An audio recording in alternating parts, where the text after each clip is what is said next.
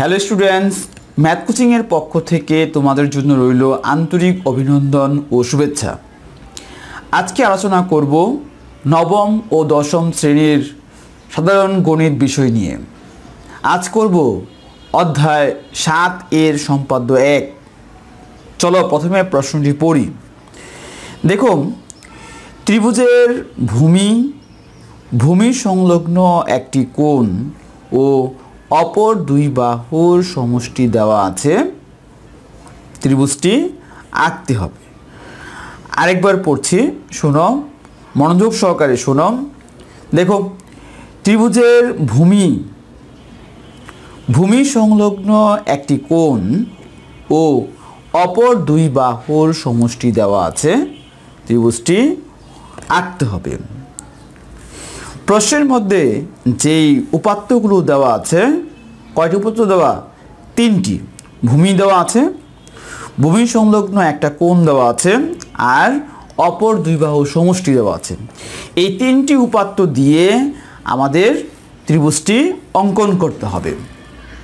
চলো শুরু করা যাক।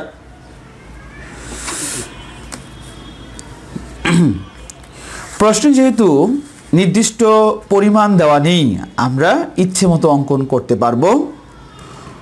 দেখো, প্রথমে ভূমি নিতে হবে। এই ভূমি নিলাম, এটা হচ্ছে ত্রিভুজটির ভূমি। তারপর আমরা অপর দুই বাহুর সমষ্টি একটু বড় করে দিবে, অপর দুই বাহুর সমষ্টি আঁকলাম। এরপর প্রশ্নে বলছে ভূমি সংলগ্ন একটি কোণ, এই কোণটা অঙ্কন করলাম। দেখো, কোণ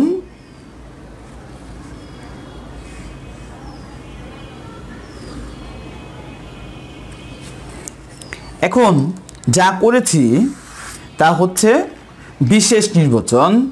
এখন এগুলোর নামকরণ করব। ভূমিটাকে আমরা স্মল এ ধরলাম, আর অপর দুই বাহুর সমষ্টিকে এস দ্বারা প্রকাশ করলাম, স্মল এস। তারপর ভূমি সংলগ্ন একটি কোণ, এই কোণকে আমরা এক্স দ্বারা প্রকাশ করলাম। তাহলে যা করেছি তা হচ্ছে বিশেষ নির্বাচন। এই বিশেষ নির্বাচন খাতায় লিখতে হবে। আমি বলছি, তোমরা খাতায় সুন্দরভাবে লিখবে। দেখো, বিশেষ নির্বাচন, মনে করি একটি ত্রিভুজের ভূমি এ। দেখো, বিশেষ নির্বাচন, মনে করি একটি ত্রিভুজের ভূমি এ, ভূমি সংলগ্ন একটি কোণ এক্স এবং অপর দুই বাহুর সমষ্টি এস, স্মল এস দেওয়া আছে, ত্রিভুজটি আঁকতে হবে। আরেকবার বলছি, মনোযোগ সহকারে শোনো এবং খাতায় অবশ্যই লিখবে। বিশেষ নির্বাচন, মনে করি একটি ত্রিভুজের ভূমি এ, ভূমি সংলগ্ন একটি কোণ এক্স এবং অপর দুই বাহুর সমষ্টি এস দেওয়া আছে, ত্রিভুজটি আঁকতে হবে। এখন এই 3টি উপাত্ত দিয়ে আমরা ত্রিভুজটি অঙ্কন করব। চলো প্রথমে আমরা যে কোনো একটি রশ্মি অঙ্কন করব। যে কোনো রশ্মি, দেখো, যে কোনো রশ্মি অঙ্কন করো।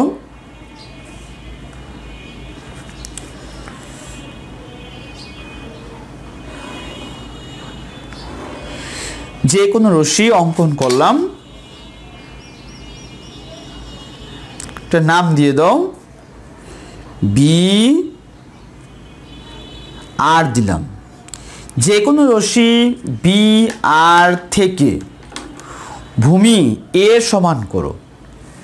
ভূমি এ সমান, দেখো, আমরা ভূমি এ সমান করতে হলে কম্পাসের অগ্রভাগ এ বাহুর একটি প্রান্ত বিন্দুতে স্থাপন করতে হবে। করলাম, দেখো করেছি কিনা, এ বাহুর প্রান্ত বিন্দুতে। আর পেন্সিলের অগ্রভাগ আমি যদিও কলম দিয়ে আঁকছি, তোমরা অবশ্যই পেন্সিল ব্যবহার করবে।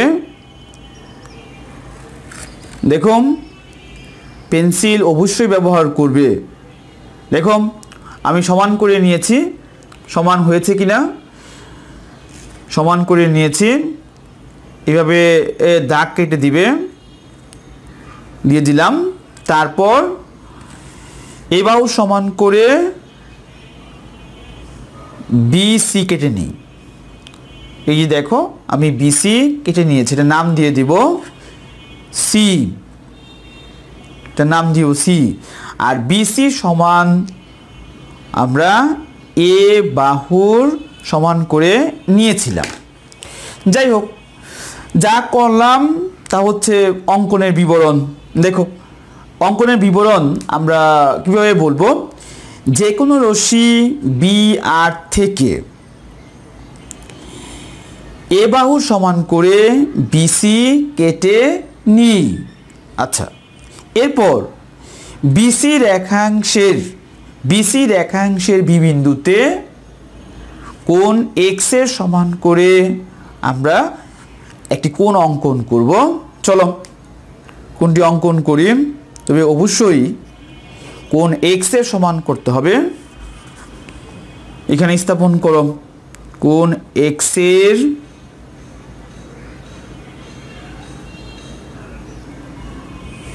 শীর্ষবিন্দুতে আমি স্থাপন করলাম। দেখো স্থাপন করার পর যে কোনো মাপ নিব, যে নিলাম, তোমরা নিশ্চয়ই দেখতে পাচ্ছ, দেখা যাচ্ছে। আচ্ছা, এখন আমরা বি বিন্দু স্থাপন করব। ঠিক ওই একই মাপ নিয়ে আমরা বৃত্তচাপ অঙ্কন করব। বৃত্তচাপ অঙ্কন করব, করার পর এই কোণ এক্সের এই যে চাপ এঁকেছি, এই চাপ এবং নিচের বাহুটার যে ছেদ বিন্দুতে কম্পাসের অগ্রভাগ স্থাপন করলাম। আরেকটা ছেদ বিন্দুতে এই যে এই বাহুটির ছেদ বিন্দু, এই বাহু আর চাপের ছেদ বিন্দু, উপরের বাহু আর এই চাপের ছেদ বিন্দু ও সমান করব। দেখো সমান আছে কিনা, সমান নিশ্চয়ই আছে। সমান যেহেতু আছে আমরা এই দেখিয়ে দিলাম, তোমরা নিশ্চয়ই দেখতে পাচ্ছ, আমি দেখিয়ে দিয়েছি, কিন্তু তোমরাও দেখিয়ে দিবে যে এটার সমান করে এঁকেছি। দেখো এখানে স্থাপন করে তারপর চাপ আঁকো, তাহলে কোণ এক্স এর সমান হয়ে যাবে। এই যে দেখো, ভালো করে দেখো, আমি এখান থেকে এঁকেছি। আচ্ছা, এখন বি বিন্দু আর হচ্ছে এই ছেদ বিন্দু বরাবর রেখা টানবো। বি বিন্দু আর হচ্ছে এই ছেদ বিন্দু, এই বি বিন্দু আর এই ছেদ বিন্দু, এই চাপ দ্বয়ের ছেদ বিন্দু বরাবর রেখা বা রশ্মি টানবো।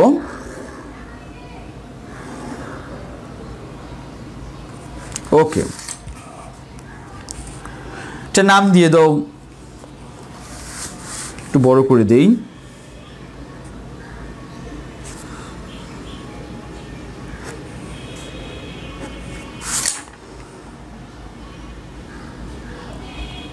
নাম দিয়ে দিলাম এফ, দিলাম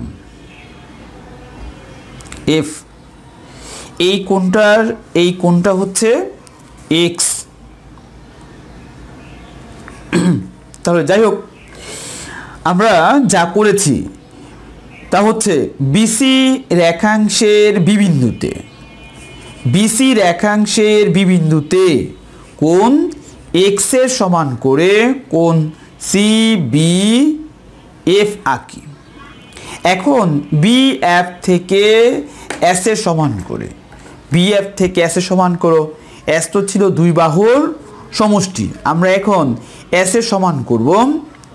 দেখো ভালো করে দেখো, এই যে এস বাহুর প্রান্ত বিন্দুতে একটি প্রান্ত বিন্দুতে কম্পাসের অগ্রভাগ, আরেক প্রান্ত বিন্দুতে পেন্সিলের অগ্রভাগ তোমরা স্থাপন করবে। এই যে দেখো আমি সমান করেছি, সমান করে নিয়েছি। নেওয়ার পর এই যে এরকমভাবে দেখিয়ে দিবে। দেখিয়ে দিলে যেই টিচার তোমাদের খাতা মূল্যায়ন করবে সেই টিচার বুঝতে পারবে যে তুমি এর সমান করে নিয়েছো। যাই হোক, তাহলে এখন বিবিন্দুতে স্থাপন করো। করে আমরা এই কেটে নিলাম, এটার নাম দিলাম, এটার নাম দিব এই চাপ এবং এই বি এফ রশ্মির ছেদ বিন্দু, এটার নাম দিলাম আমরা ডি। এটার নাম কি দিলাম? ডি। কি করলাম? বি এফ থেকে এস এর সমান করে, বি এফ থেকে এস এর সমান করে বিডি কেটে নিই। এখন সি বিন্দু আর ডি বিন্দু যোগ করব। যোগ করো সি বিন্দু আর ডি বিন্দু। খাতাটা তোমাদের প্রয়োজন মতো বা সুবিধা মতো ঘুরিয়ে নিবে, কোনো সমস্যা না। এই যে সি বিন্দু আর হচ্ছে ডি বিন্দু যোগ করো। সি বিন্দু আর ডি বিন্দু,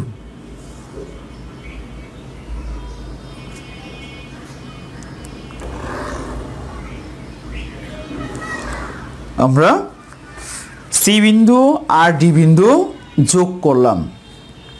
এখন এই সিডি রেখাংশের,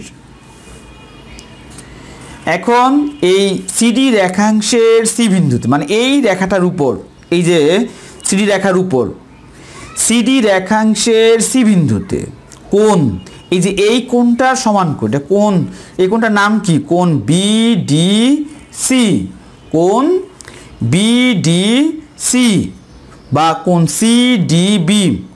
এই কোণটার সমান করে আমরা এখানে একটা কোণ সি বিন্দুতে একটা কোণ অঙ্কন করব। চলো অঙ্কন করি। প্রথমে আমরা এই ডি বিন্দুতে স্থাপন করব। দেখো এই ডি বিন্দুতে স্থাপন করলাম, করে আমরা একটি এই চাপ অঙ্কন করব।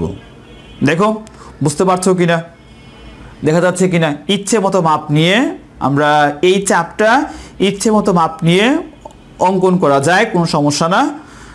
তারপর যেহেতু কোণ সি ডি বি এর সমান করব, সমান করে সি বিন্দুতে আমরা কোণ অঙ্কন করব, সেহেতু আমরা আগে এই চাপটি এঁকে নিলাম। এখন সি বিন্দুতে স্থাপন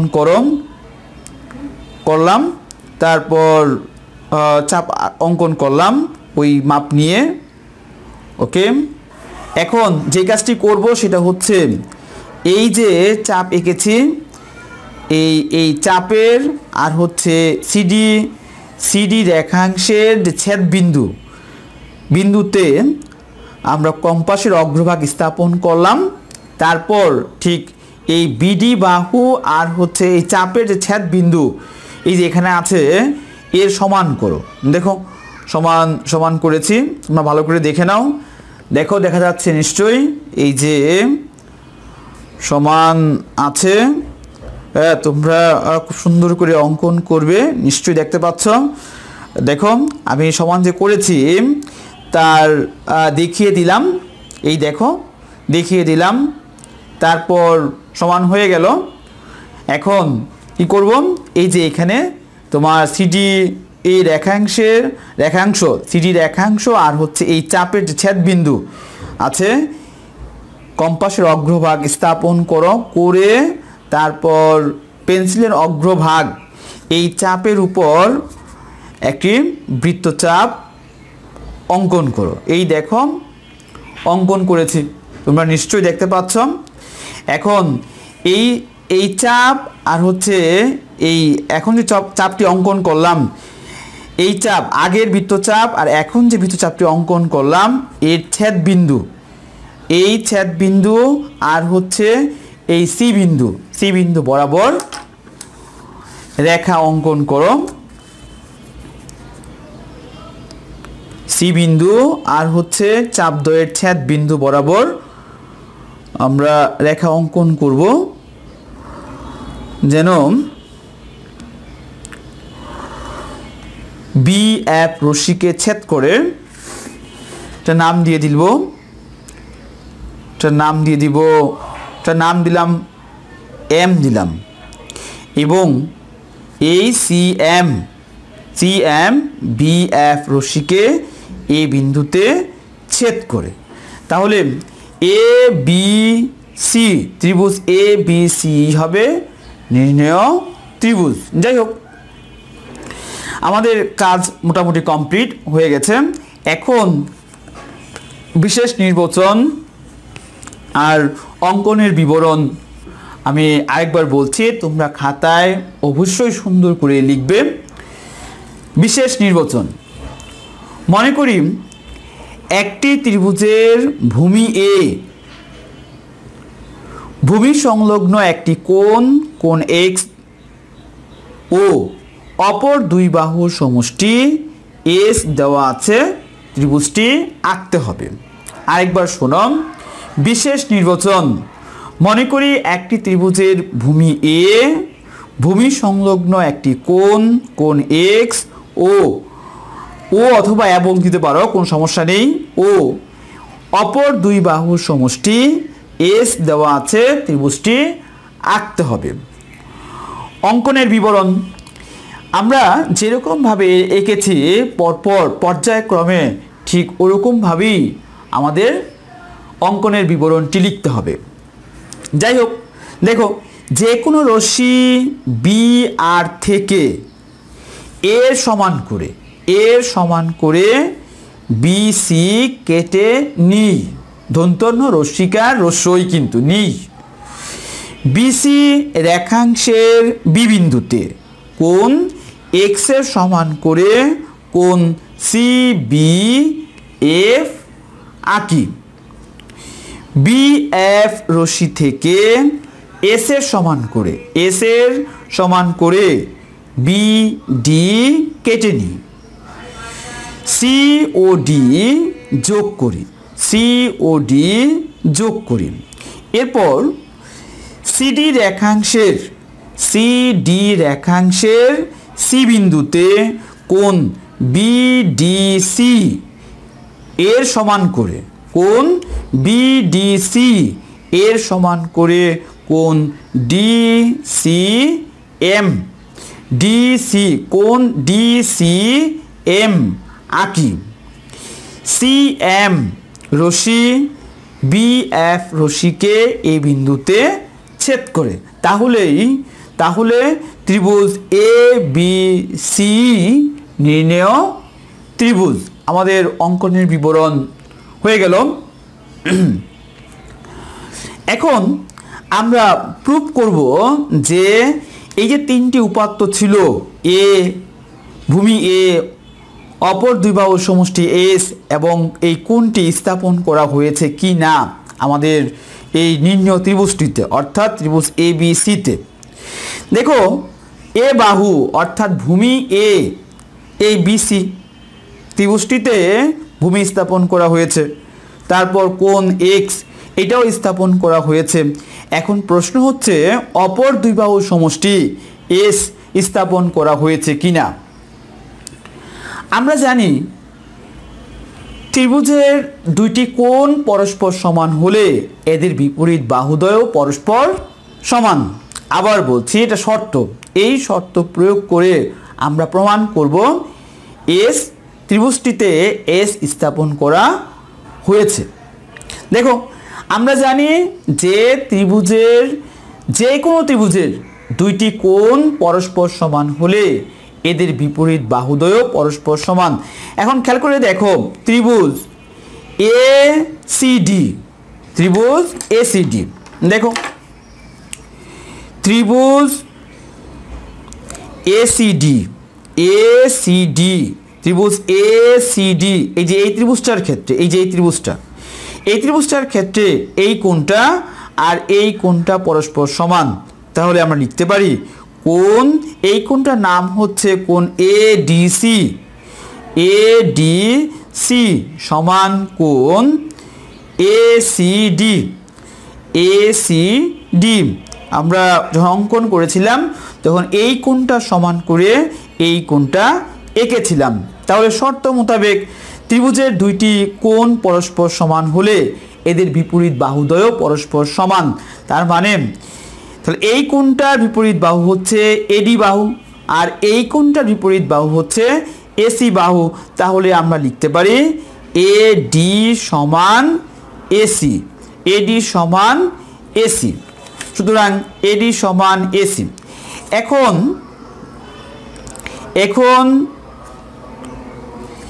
বিডি দেখো, বিডি বিডি সমান বিডি সমান বিডি সমান বিডি তো বিডি আমরা এঁকেছি এস এর সমান করে। বিডি সমান কি হবে? এ বি প্লাস এডি। তাহলে এখানে লিখতে পারি এ বি প্লাস এডি সমান এ বি প্লাস, যেহেতু এডি সমান এসি, এডি সমান এসি, তাহলে এডি এর জায়গায় আমরা এসি লিখতে পারবো। এই যে এডি, এডি এর জায়গায় আমরা এসি লিখতে পারবো। সমান কি হবে? এস সমান এস এর সমান। দেখুন এস এর সমান এ বি প্লাস এসি, তাই বিডি আমরা এঁকেছিলাম এস এর সমান করে।